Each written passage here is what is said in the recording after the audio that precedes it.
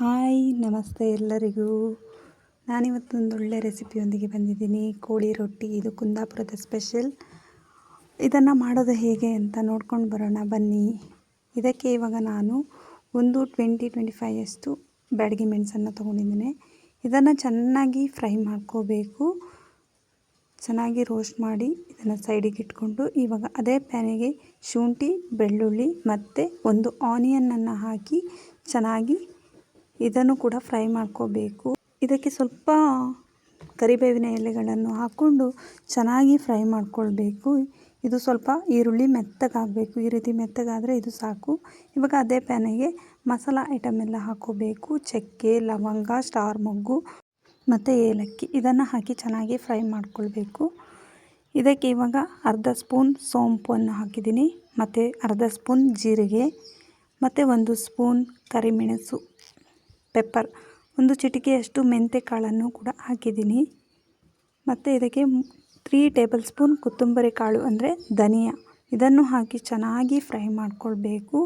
ಇದರ ಫ್ಲೇವರ್ ಬರುವ ತನಕ ಚೆನ್ನಾಗಿ ರೋಸ್ಟ್ ಮಾಡಬೇಕಾಗುತ್ತೆ. ಇವಾಗ ಚೆನ್ನಾಗಿ ರೋಸ್ಟ್ ಆಗಿದೆ. ಇದನ್ನು ತೆಗೆದಿಟ್ಕೊಂಡು ಮತ್ತು ಅದೇ ಪ್ಯಾನಿಗೆ ಒಂದು ಚಿಕ್ಕ ಸೈಜಿನ ಫುಲ್ ಕಾಯನ್ನು ಹಾಕಿದ್ದೀನಿ ನಾನು. ಇದಕ್ಕೆ ಸ್ವಲ್ಪ 1/4 ಟೇಬಲ್ ಸ್ಪೂನ್ ಅರಿಶಿಣ ಮತ್ತು ಕರಿಬೇವಿನ ಎಲೆಗಳನ್ನು ಹಾಕಿ ಚೆನ್ನಾಗಿ ಇದನ್ನು ಕೂಡ ರೋಸ್ಟ್ ಮಾಡಬೇಕು. ಕಾಯಿ ಫ್ಲೇವರ್ ಗಮ್ ಅಂತ ಬರುತ್ತೆ, ಅಲ್ಲಿ ತನಕ ಇದನ್ನು ಫ್ರೈ ಮಾಡ್ಕೊಳ್ಬೇಕಾಗುತ್ತೆ. ಇದು ಲೋ ಫ್ಲೇಮಲ್ಲಿ ಇಟ್ಟು ಚೆನ್ನಾಗಿ ರೋಸ್ಟ್ ಮಾಡಿ ಫ್ರೈ ಮಾಡಬೇಕು.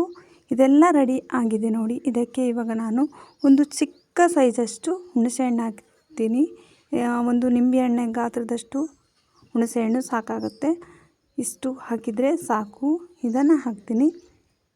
ಇವಾಗ ಅರ್ಧ ಟೊಮೆಟೊನ್ನು ಹಸಿ ಟೊಮೆಟೊ ಹಾಕಿದ್ದೀನಿ, ಫ್ರೈ ಮಾಡಿ ಕೂಡ ಹಾಕ್ಬೋದು.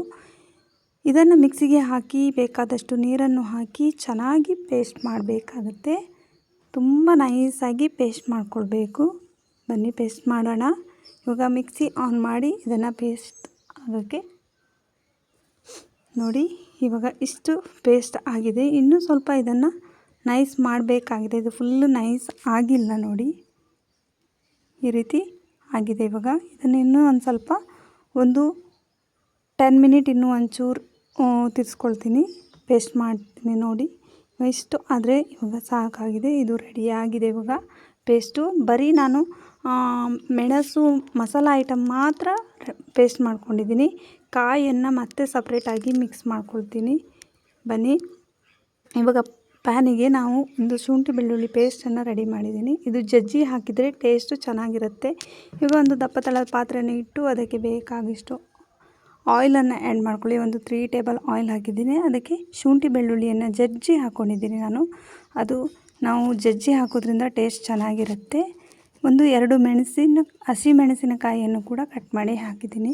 ಇವಾಗ ಒಂದು 2 ಆನಿಯನನ್ನು ಉದ್ದುದ್ದ ಕಟ್ ಮಾಡಿ ಹಾಕ್ಕೊಂಡಿದ್ದೀನಿ. ಇಷ್ಟು ಉದ್ದುದ್ದ ಕಟ್ ಮಾಡಿ ಇದು ಚೆನ್ನಾಗಿ ಕಲರ್ ಬರುವ ತನಕ ಫ್ರೈ ಮಾಡ್ಕೊಳ್ಳಿ. ಇವಾಗ ಅರ್ಧ ಟೊಮೆಟೊ ಇದಕ್ಕೆ ಹಾಕ್ಕೊಂಡಿದ್ದೀನಿ. ಇದನ್ನು ಚೆನ್ನಾಗಿ ಫ್ರೈ ಮಾಡಬೇಕು. ಆನಿಯನ್ ಕಂದು ಬಣ್ಣ ಬರುವ ತನಕ ಫ್ರೈ ಮಾಡಬೇಕಾಗುತ್ತೆ. ಇಷ್ಟು ಆದರೆ ಇವಾಗ ಸಾಕು. ಇದಕ್ಕೆ ಇವಾಗ ನಾನು ಚಿಕನನ್ನು ಆ್ಯಡ್ ಮಾಡ್ತೀನಿ. ಒಂದು 3/4 kg ಚಿಕನ್ ತೊಗೊಂಡಿದ್ದೀನಿ. ಇದನ್ನು ಇದಕ್ಕೆ ಹಾಕಿ ಇವಾಗ ಇದನ್ನು ಚೆನ್ನಾಗಿ ಮಿಕ್ಸ್ ಮಾಡಬೇಕು. ಆನಿಯನ್ ಜೊತೆಗೆ ಚಿಕನನ್ನು ಚೆನ್ನಾಗಿ ಬೇಯಲಿಕ್ಕೆ ಬಿಡಬೇಕು. ಇವಾಗ ಇದಕ್ಕೆ ಸ್ವಲ್ಪನೂ ನೀರು ಹಾಕಬಾರ್ದು, ಅದು ಚಿಕನಲ್ಲಿರುವ ನೀರೇ ಬಿಟ್ಕೊಳ್ಳುತ್ತೆ.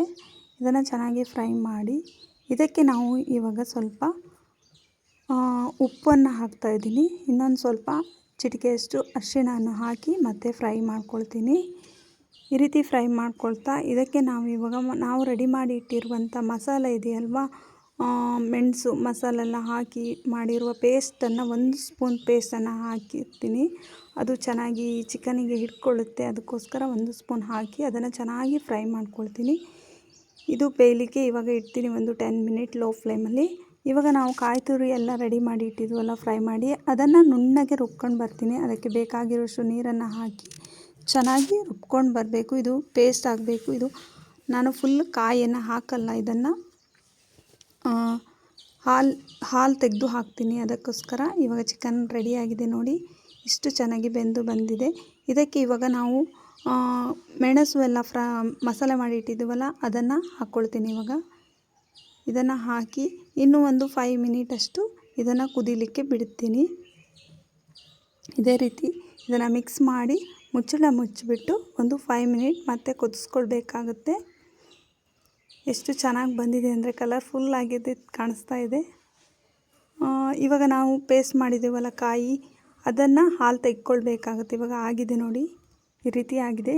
ಇದನ್ನು ಜರಡಿ ಹಿಡ್ಕೊಳ್ತೀನಿ ನಾನು, ಹಾಲು ತೆಗಿತಾ ಇದ್ದೀನಿ. ಕಾಯಿ ಹಾಲು ಮಾತ್ರ ನಾನು ಆ್ಯಡ್ ಮಾಡ್ತಾ ಇದ್ದೀನಿ. ಇದಕ್ಕೆ ಮತ್ತು ಕಾಯಿ ಜುಳಿಯನ್ನು ನಾನು ಹಾಕಲ್ಲ ಅದನ್ನು. ಇವಾಗ ಇಲ್ಲಿ ಚಿಕನ್ ಕುದ್ದು ಬಂದಿದೆ, ಚೆನ್ನಾಗಿ ಆಗಿದೆ. ಈಗ ರೆಡಿ ಮಾಡಿ ಇಟ್ಟಿರುವ ಹಾಲನ್ನು ಇದಕ್ಕೆ ಹಾಕ್ತಾ ಇದ್ದೀನಿ, ಕಾಯಿ ಹಾಲನ್ನು. ಇದನ್ನು ಚೆನ್ನಾಗಿ ಮಿಕ್ಸ್ ಮಾಡಿ ಮತ್ತೆ ಒಂದು 10 ಮಿನಿಟ್ ಲೋ ಟು ಮೀಡಿಯಮ್ ಫ್ಲೇಮಲ್ಲಿ ಕುದಿಸ್ಕೊಳ್ಬೇಕಾಗುತ್ತೆ.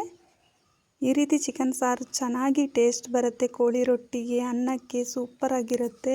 ಇದನ್ನು ಇವಾಗ ಮುಚ್ಚಳ ಮುಚ್ಚಿ ಒಂದು 10 ಮಿನಿಟಲ್ಲಿ ಮೀಡಿಯಮ್ ಫ್ಲೇಮಲ್ಲಿ ಕುದಿಸ್ಕೊಳ್ತಾ ಇದ್ದೀನಿ. ಇವಾಗ ಆಗಿದೆ ನೋಡಿ, ಎಷ್ಟು ಚೆನ್ನಾಗಿ ಬಂದಿದೆ. ಇದಕ್ಕೆ ಸ್ವಲ್ಪ ನಾನು ಕೊತ್ತಂಬರಿ ಸೊಪ್ಪನ್ನು ಹಾಕ್ತಾಯಿದ್ದೀನಿ ಲಾಸ್ಟಲ್ಲಿ. ಸ್ವಲ್ಪ ಕಸ್ತೂರಿ ಮೆಥಿಯನ್ನು ಕೂಡ ಹಾಕಿದ್ದೀನಿ. ಇದು ನೀವು ಆಪ್ಷನಲ್, ಬೇಡ ಅಂದರೆ ಸ್ಕಿಪ್ ಮಾಡ್ಬೋದು. ಇವಾಗ ಒಂದು 2 ಮಿನಿಟ್ಸ್ ಕುದಿಸ್ಕೊಳ್ತಾ ಇದ್ದೀನಿ. ಇವಾಗ ಎಲ್ಲ ಎಣ್ಣೆ ಎಲ್ಲ ಚೆನ್ನಾಗಿ ಬಿಟ್ಕೊಂಡಿದೆ ಸೈಡಲ್ಲಿ. ಇದು ಇವಾಗ ರೆಡಿ ಆಗಿದೆ ನೋಡಿ, ಎಷ್ಟು ಚೆನ್ನಾಗಿ ಬಂದಿದೆ ಅಂದರೆ ಫ್ಲೇವರಿಗೆ ಇವಾಗಲೇ ತಿನ್ನಬೇಕಂತ ಅನಿಸ್ತಾ ಇತ್ತು, ಅಷ್ಟು ಸಖತ್ತಾಗಿ ಬಂದಿದೆ. ನೀವು ಒಂದ್ಸಲ ಈ ರೀತಿ ಮಾಡಿ ನೋಡಿ, ತುಂಬಾ ಇಷ್ಟಪಡ್ತೀರಾ. ಅಷ್ಟು ಸಖತ್ತಾಗಿ ಬರುತ್ತೆ. ಕೋಳಿ ರೊಟ್ಟಿಗೆ ಸೂಪರಾಗಿರುತ್ತೆ. ಟೇಸ್ಟ್ ಕೂಡ ನಾವು ಒಂದು ಪ್ಯಾಕ್ ಒಬ್ಬರೇ ಕೂಡ ಖಾಲಿ ಮಾಡ್ತೀವಿ, ಅಷ್ಟು ಟೇಸ್ಟಾಗಿರುತ್ತೆ. ನೀವು ಟ್ರೈ ಮಾಡಿ ಒಮ್ಮೆ. ಇದು ಕುಂದಾಪುರದ ಸ್ಪೆಷಲ್. ಇದು ಚಿಕನ್ ಸಾರು ಮತ್ತು ಕೋಳಿ ರೊಟ್ಟಿ ಈ ರೀತಿ ಮಾಡ್ತೀವಿ ನಾವು. ಕೋಳಿ ರೊಟ್ಟಿಗೆ ಸೂಪರಾಗಿರುತ್ತೆ. ನೀವೊಂದು ಸಲ ಟ್ರೈ ಮಾಡಿ, ಹೇಗೆ ಬಂದಿದೆ ಅಂತ ತಿಳಿಸಿ ನಮಗೆ. ಮತ್ತು ನಾನೊಂದೊಳ್ಳೆ ರೆಸಿಪಿಯೊಂದಿಗೆ ಮುಂದಿನ ವಿಡಿಯೋದಲ್ಲಿ ಸಿಗ್ತೀನಿ. ಫಸ್ಟ್ ಟೈಮ್ ಯಾರು ವಿಡಿಯೋ ನೋಡ್ತಾ ಇದ್ರೆ ದಯವಿಟ್ಟು ಸಬ್ಸ್ಕ್ರೈಬ್ ಮಾಡಿ. Thank you all, bye.